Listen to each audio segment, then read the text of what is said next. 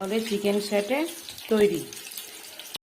নমস্কার বন্ধুরা, দুপুরবেলায় চিকেন স্যাটেগুলো এইভাবে তৈরি করে ফ্রিজে রাখা হয়েছিল। এখন কড়াইতে তেল গরম করতে দেওয়া হয়েছে, লো ফ্লেমে করে দেবো।